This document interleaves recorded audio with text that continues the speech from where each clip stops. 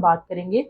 کہ internal check up جو ہے وہ یوزلی کب کیا جاتا ہے اور اس کا کیا پرپز ہوتا ہے اور کیا یہ ضروری ہوتا ہے یا غیر ضروری ہوتا ہے۔ یوزلی 8 منتھس تک جو ہے وہ بچہ اپنی گروتھ، میچوریشن، ویٹ گین اور اپنے مائلسٹون اچیو کر رہا ہوتا ہے۔ جیسے ہی 9 منتھ شروع ہوتا ہے تو اس کے بعد بچہ برتھ کینال کی طرف پش ہونا شروع ہو جاتا ہے، اور جس کی وجہ سے ہمیں یہ اندازہ ہونا شروع ہو جاتا ہے پیٹ کے اوپر سے بھی اندازہ کر کے کہ کتنا بچہ برتھ کینال کے اندر انٹر ہو چکا ہے۔ یوزلی ہوتا یہ ہے کہ موسٹلی جو جیسے ہی 9 منتھ شروع ہوتا ہے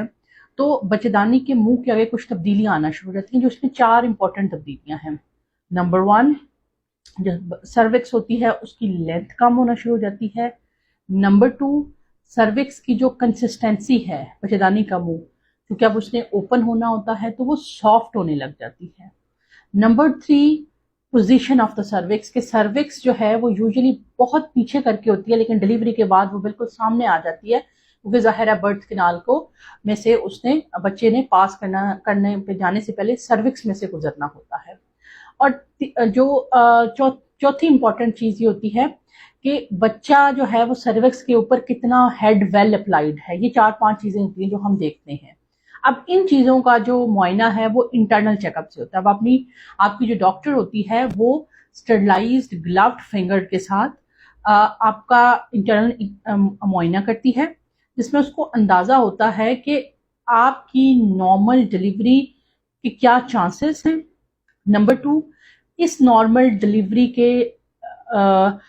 پہ تقریباً ابھی کتنا ٹائم اور لگ جائے گا، یعنی 9 منتھ کے یوزلی 2-3 ویکس گزر جائیں گے، پورا 9واں مہینہ گزر جائے گا۔ اور نمبر 3 امپورٹنٹ چیز یہ ہے کہ آپ کا جو لیبر کا ٹرائل ہے وہ یوزلی کتنا ہوگا، کہ آپ کو پینس خود بخود لگ جائیں گی یا آپ کو انڈیوس کرنا پڑے گا، آپ کو پینس لگوانی پڑیں گی۔ یوزلی یہ 9 منتھ کا جیسے ہی 1 ویک گزر جاتا ہے یہ معائنہ ہم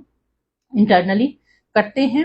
اور اس کے مطابق جو ہے وہ پیشنٹ کو ہم گائیڈ کرنا شروع کر دیتے ہیں کہ آپ کا ابھی ہیڈ ہائی ہے تو لہٰذا آپ کچھ ایکسرسائزز کی طرف جائیں، آپ جو ہے وہ کچھ لائف سٹائل ماڈیفکیشنز کی طرف جائیں، یا جو ہے وہ اوور آل برتھ کینال جو ہے جو پیلوک کا آؤٹ لیٹ یا ان لیٹ ہے وہ اتنا نیرو ہے کہ ہمیں نارمل ڈیلیوری کی طرف جانا ہی نہیں چاہیے۔ پرانے زمانے میں جس کو کہتے ہیں کہ ہڈی کا چھوٹا ہونا، لیکن اب جو نئے ٹرائل آئے ہیں اس میں انہوں نے یہ بتایا ہے کہ جو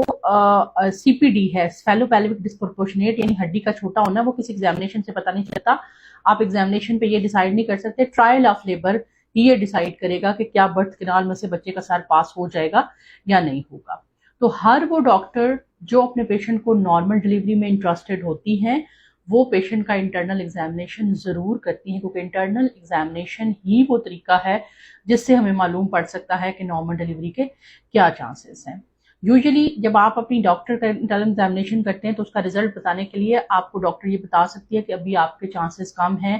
ابھی آپ کے ہفتے 10 دن تک آپ کو پینز آ جائیں گی، یا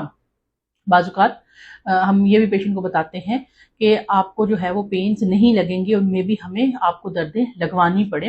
وہ مختلف ہمارے کرائیٹیریاز ہوتے ہیں، اس میں سروکس کی اوس اگر بند ہے، بالکل پوسٹیریئر ہے، ہارڈ کنسسٹینسی ہے، تو اس کیسز کے اندر سروکس کا منہ اوپن نہیں ہوتا، اور بعض اوقات ہمیں میڈیسنز باہر سے دینی پڑتے ہیں۔ وہ سیم وہی ہارمونز ہوتے ہیں جو لیبر کو سٹارٹ کرتے ہیں۔ تو اگر آپ کی ڈاکٹر، بلکہ ڈاکٹر کو بھی چاہیے کہ ایک وزٹ پہلے ہی اپنے پیشنٹ کو بتا دیں کہ آج ہم آپ کا انٹرنل ایگزامینیشن کریں گے، اور انٹرنل ایگزامینیشن بالکل پین لیس ہوتا ہے، اور اس کے دوران جو ہے وہ کسی بھی قسم کا پین، اب انکمفرٹیبل ضرور ہو سکتا ہے لیکن کوئی پین نہیں ہوتی ہے، اور یہ بچے کے لیے بالکل بھی نقصان دہ نہیں ہوتا ہے۔ تو امید ہے یہ ویڈیو آپ لوگوں کے لیے انفارمیٹیو ہوگی۔ آپ میں سے جو کوئی بھی اپنے ڈاکٹر کے پاس جائیں، اب وہ پیشنٹ جن کا بچے کا سر الٹا ہے اور وہ نارمل ڈیلیوری کی طرف جانا چاہتے ہیں، بریچ ڈیلیوری کی طرف جانا چاہتے ہیں، ان کے لیے یہ جو وہ ہے وہ بہت کارآمد ثابت ہوتا ہے، کیونکہ اس میں پتہ لگتا ہے کہ بریچ کا جو ہے وہ کتنا انگیج ہے۔ لیکن بریچ ڈیلیوری فرسٹ پریگنینسی میں ہم کبھی بھی انکریج نہیں کرتے ہیں۔ ہم یوزلی اگر ایک آدھ بچہ پہلے نارمل ہوا ہے تو پھر ہم بریچ ڈیلیوری کو جو ہے وہ انکریج کرتے ہیں۔ میرا یہ ویڈیو آپ کو پسند آئی ہوگی، ملتے ہیں انشاءاللہ نیکسٹ کسی ویڈیو میں، تب تک کے لیے اللہ حافظ۔